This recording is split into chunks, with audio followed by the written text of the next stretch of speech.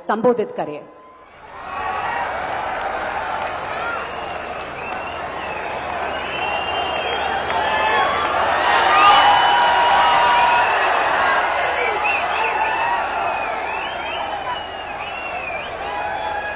भारत माता की, भारत माता की, भारत माता की। ఈ సభకు విచ్చేసిన రైతులు సోదర సోదరి మనులకు నమస్కారములు।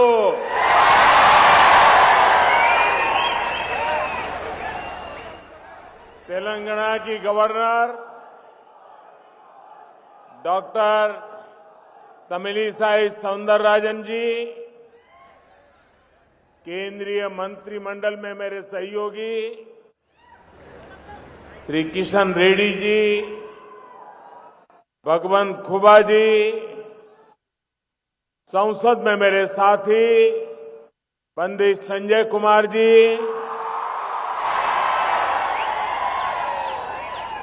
श्री वेंकटेश देथा जी, अन्य महानुभाव, भाइयों और बहनों, रामागुंडम की धरती से पूरे तेलंगाना को मेरा आदरपूर्वक नमस्कार। और अभी मुझे बताया गया और मैं अभी टीवी स्क्रीन पर भी देख रहा था कि इस समय तेलंगाना की 70 विधानसभा क्षेत्रों में 70 असेंबली सेगमेंट में हजारों किसान भाई बहन वे भी इस कार्यक्रम में हमारे साथ जुड़े हुए हैं। मैं इन सभी किसान भाइयों बहनों को भी उनका स्वागत करता हूं, उनका अभिनंदन करता हूं। साथियों, आज 10,000 करोड़ रुपए से अधिक की विकास परियोजनाओं का लोकार्पण और शिलान्यास तेलंगाना के लिए हुआ है। ये परियोजनाएं यहां खेती और उद्योग दोनों को बल देने वाली है। फर्टिलाइजर प्लांट हो, नई रेल लाइन हो, हाईवे हो, इनसे उद्योगों को भी विस्तार मिलेगा। इन परियोजनाओं से तेलंगाना में रोजगार के नए अवसर बनेंगे। सामान्य जन की ईज ऑफ लिविंग बढ़ेगी। इन सभी परियोजनाओं के लिए देशवासियों को, तेलंगाना वासियों को मैं बहुत बहुत बधाई देता हूं। साथियों, पिछले 2-2.5 साल से पूरा विश्व कोरोना महामारी से लड़ रहा है। दूसरी तरफ जो संघर्ष चल रहे हैं, तनाव चल रहे हैं, मिलिट्री एक्शन हो रहे हैं, उसका परिणाम भी, उसका प्रभाव भी देश और दुनिया पर पड़ रहा है। लेकिन इन विपरीत परिस्थितियों के बीच आज हम सभी पूरी दुनिया में एक और बात प्रमुखता से सुन रहे हैं। दुनिया के तमाम एक्सपर्ट्स कह रहे हैं कि भारत बहुत जल्द दुनिया की तीसरी सबसे बड़ी इकोनॉमी बनकर के उस दिशा में तेज गति से आगे बढ़ रहा है। सभी एक्सपर्ट ये भी कह रहे हैं कि जितनी ग्रोथ 90 के बाद 30 साल में हुई, उतनी अब सिर्फ कुछ ही वर्षों में होने वाली है। आखिर इतना अभूतपूर्व विश्वास आज दुनिया को, आर्थिक जगत के विद्वानों को इतना विश्वास आज भारत पर क्यों है? इसका सबसे बड़ा कारण है भारत में पिछले 8 वर्ष में हुआ बदलाव। पिछले 8 साल में देश ने काम करने के पुराने तौर तरीके बदल डाले। इन 8 वर्षों में गवर्नेंस को लेकर सोच में भी बदलाव आया है, अप्रोच में भी बदलाव आया है। चाहे इंफ्रास्ट्रक्चर हो, चाहे सरकारी प्रक्रियाएं हो, चाहे ईज ऑफ डूइंग बिजनेस हो, इन बदलावों को प्रेरित कर रही है भारत की एस्पिरेशनल सोसाइटी। आज विकसित होने की आकांक्षा लिए आत्मविश्वास से भरा हुआ नया भारत दुनिया के सामने है। भाइयों और बहनों, विकास हमारे लिए 24 घंटे, 7 दिन, 12 महीने और पूरे देश में चलने वाला मिशन है। हम एक प्रोजेक्ट का लोकार्पण करते हैं तो अनेक नए प्रोजेक्ट पर काम करना शुरू कर देते हैं। ये हम आज यहां भी देख रहे हैं। और हमारा ये भी प्रयास होता है कि जिस प्रोजेक्ट का शिलान्यास हो उस पर तेजी से काम हो और वो तेजी से पूरा हो। रामागुंडम का ये फर्टिलाइजर कारखाना इसका एक उदाहरण है। इस साल 2016 में इसका शिलान्यास किया था और आज इसे राष्ट्र को समर्पित कर दिया गया है। भाइयों और बहनों, 21वीं सदी का भारत बड़े लक्ष्यों को तय करके उन्हें तेजी से प्राप्त करके ही आगे बढ़ सकता है। और आज जब लक्ष्य बड़े होते हैं तो नई पद्धति अपनानी होती है, नई व्यवस्थाएं बनानी होती है। आज केंद्र सरकार पूरी ईमानदारी से इसी प्रयास में जुटी है। देश का फर्टिलाइजर सेक्टर भी इसका गवाह बन रहा है। बीते दशकों में हमने देखा है कि देश फर्टिलाइजर के लिए ज्यादातर विदेशों पर इंपोर्ट करके उसी पर हम अपना गुजारा करते थे। यूरिया की डिमांड पूरी करने के लिए जो कारखाने लगे भी थे वो भी टेक्नोलॉजी पुरानी होने के कारण बंद हो चुके थे, जिसमें रामागुंडम का खाद कारखाना भी था।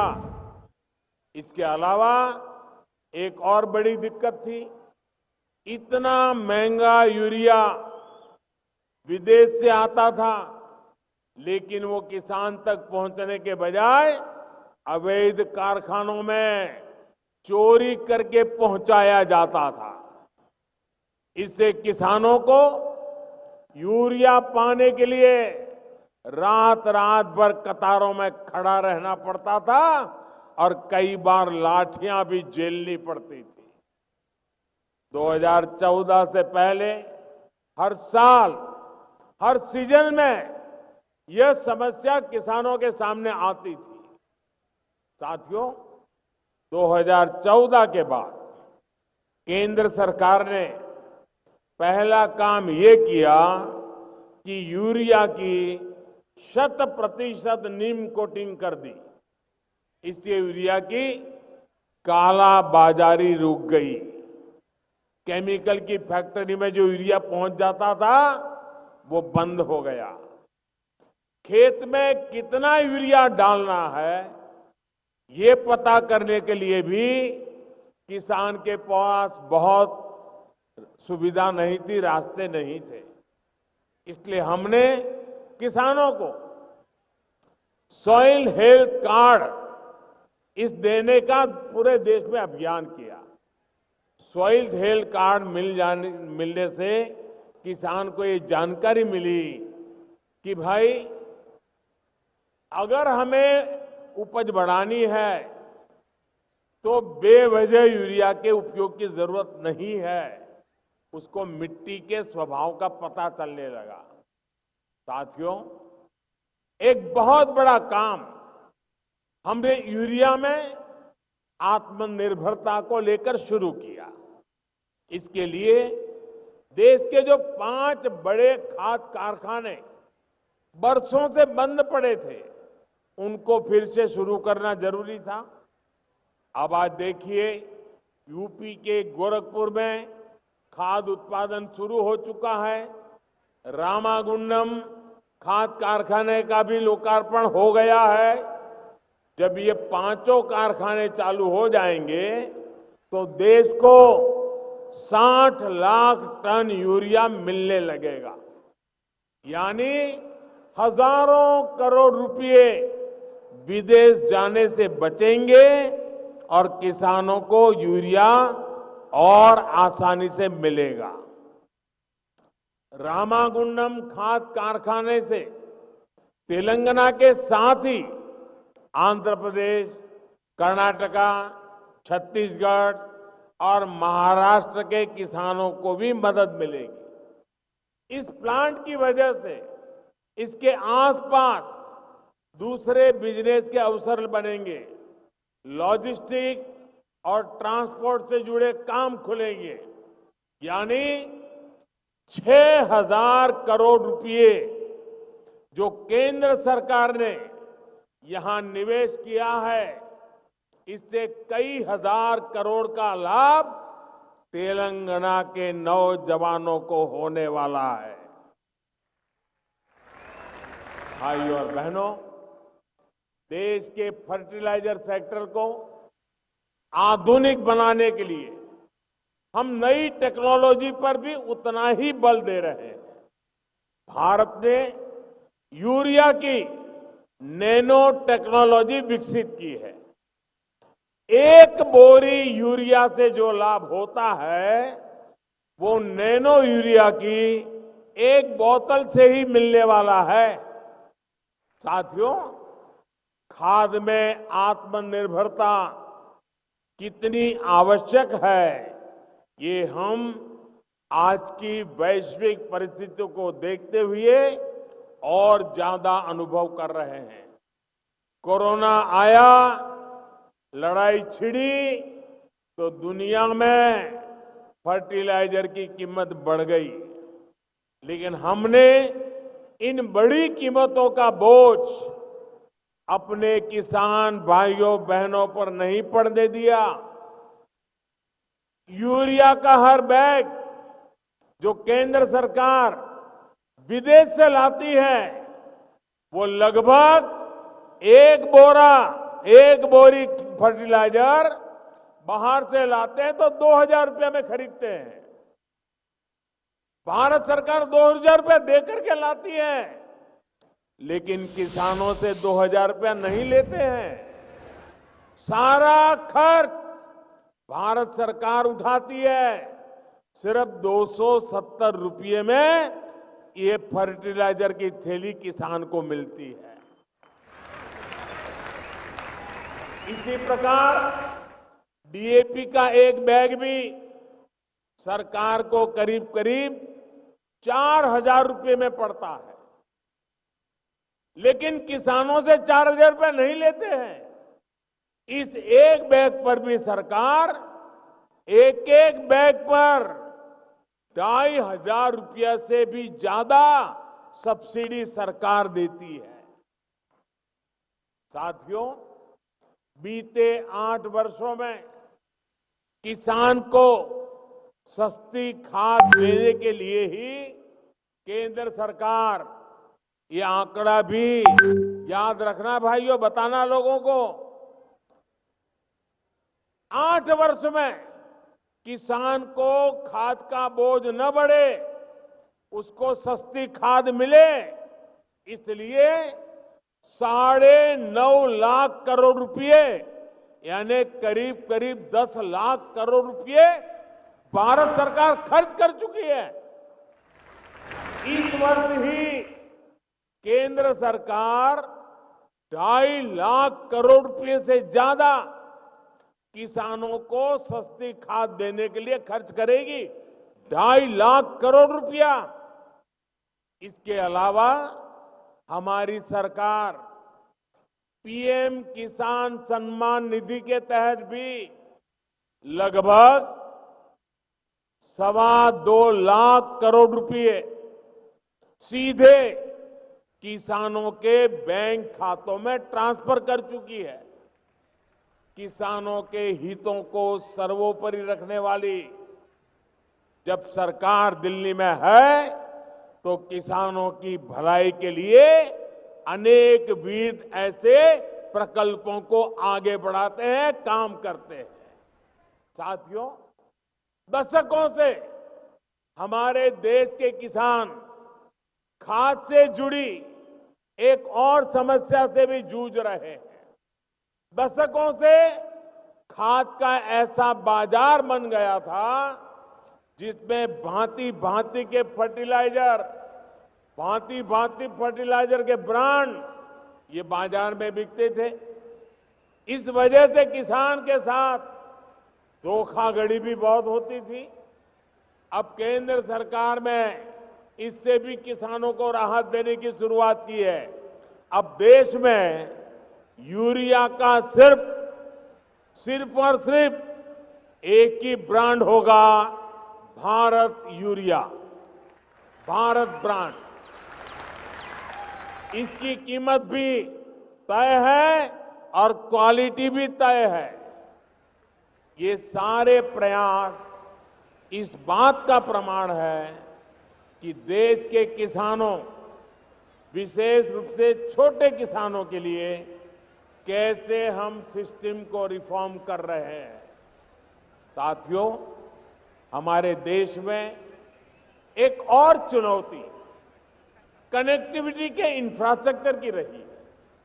आज देश इस कमी को भी दूर कर रहा है। देश के सभी राज्यों में हाईवे, आधुनिक रेलवे, एयरपोर्ट, वाटरवेज और इंटरनेट हाईवे पर तेजी से काम हो रहा है। अब इसे पीएम गति शक्ति नेशनल मास्टर प्लान से नई ऊर्जा मिल रही है। आप याद करिए, पहले क्या होता था? उद्योगों के लिए स्पेशल जोन डिक्लेयर होते थे, लेकिन वहां तक सड़क, बिजली, पानी, जो प्राथमिक सुविधाएं चाहिए, वो भी पहुंचाने में कई कई साल लग जाते थे। अब इस कार्यशैली को हमने बदल रहे हैं। अब इंफ्रा प्रोजेक्ट पर सभी स्टेक होल्डर और प्रोजेक्ट से जुड़ी सभी एजेंसियां एक साथ मिलकर एक तय रणनीति पर काम करते हैं। इससे प्रोजेक्ट से लटकने भटकने की संभावना खत्म हो गई है। साथियों, भद्राद्री कोत्तागुडेम ये जिला और खम्मम जिले को जोड़ने वाली नई रेल लाइन आज आपकी सेवा के लिए समर्पित है। इस रेल लाइन से यहां के स्थानीय लोगों को तो लाभ होगा ही, पूरे तेलंगाना को भी लाभ होगा।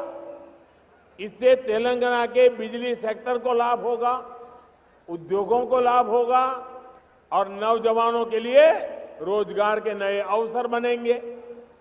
निरंतर प्रयासों के कारण 4 साल में ये रेल लाइन बनकर भी तैयार है और बिजलीकरण भी हो चुका है।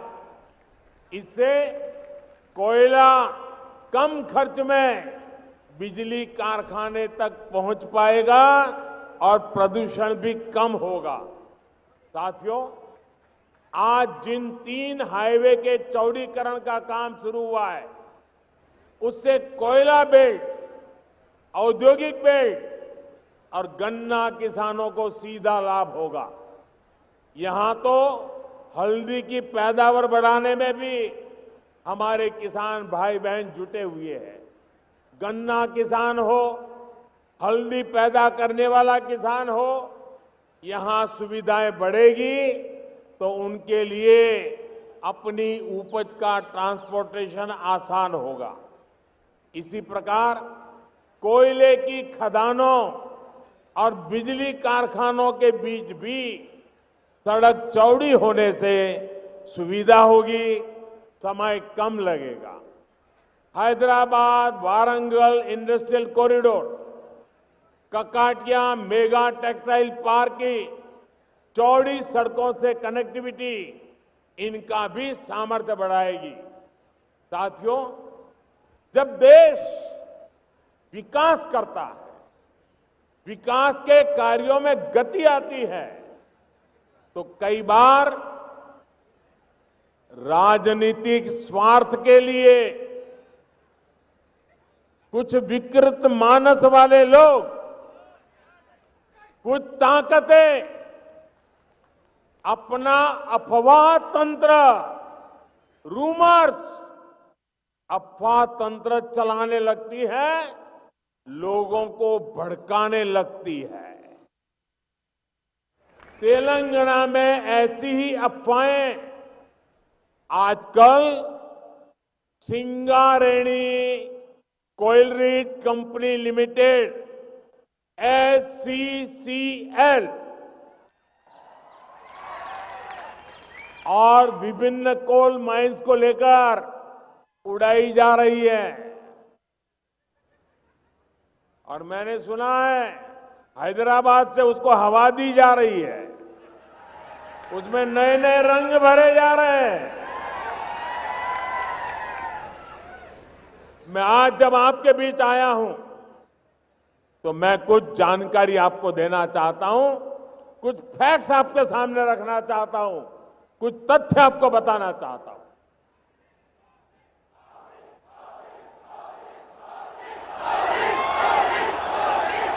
ये अफवाह फैलाने वालों को ये भी पता नहीं है कि ये झूठ उनका पकड़ा जाएगा। सबसे बड़ा झूठ समझिए, और यहां पत्रकार मित्र बैठे हैं, जरा बारीकाई से देख ले इसको। SCCL में 51% भागीदारी ये तेलंगाना की राज्य सरकार की है, जबकि भारत सरकार की हिस्सेदारी सिर्फ 49% है। SCCL के निजीकरण से जुड़ा कोई भी फैसला केंद्र सरकार अपने स्तर पर कर ही नहीं सकती है। 51% उनके पास है। मैं एक बार फिर दोहराऊंगा, SCCL के प्राइवेटाइजेशन का कोई प्रस्ताव केंद्र सरकार के पास विचाराधीन नहीं है और न ही केंद्र सरकार का कोई इरादा है। और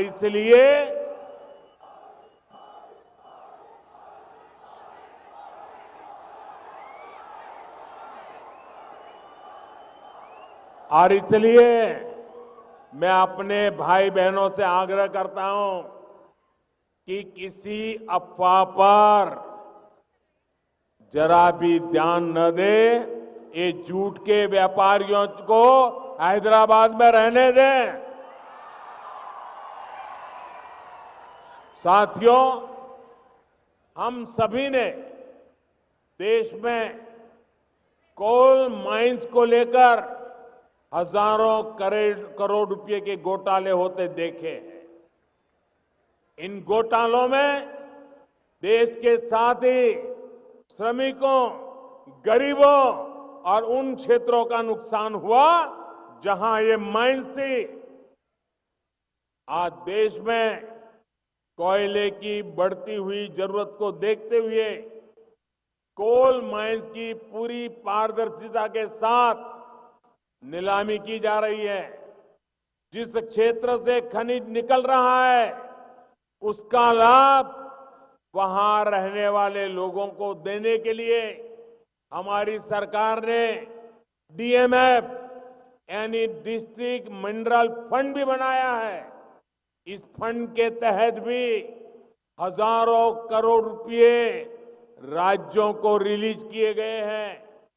भाइयों और बहनों, हम सबका साथ, सबका विकास, सबका विश्वास और सबका प्रयास के मंत्र पर चलते हुए तेलंगाना को आगे बढ़ाना चाहते हैं।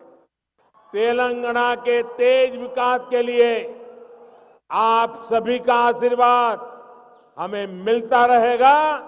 इसी विश्वास के साथ फिर एक बार आपको ये ढेर सारे विकास कार्यों की बहुत बहुत बधाई। मेरे किसान भाइयों को विशेष बधाई। और इतनी बड़ी तादाद में आप लोग आए। हैदराबाद में कुछ लोगों को आज नींद नहीं आएगी। इतनी बड़ी तादाद में आने के लिए मैं आपका बहुत बहुत आभारी हूं। धन्यवाद। मेरे साथ बोले भारत माता की। दोनों मुट्ठी बंद करके पूरी ताकत से बोलिए भारत माता की, भारत माता की, भारत माता की। धन्यवाद जी।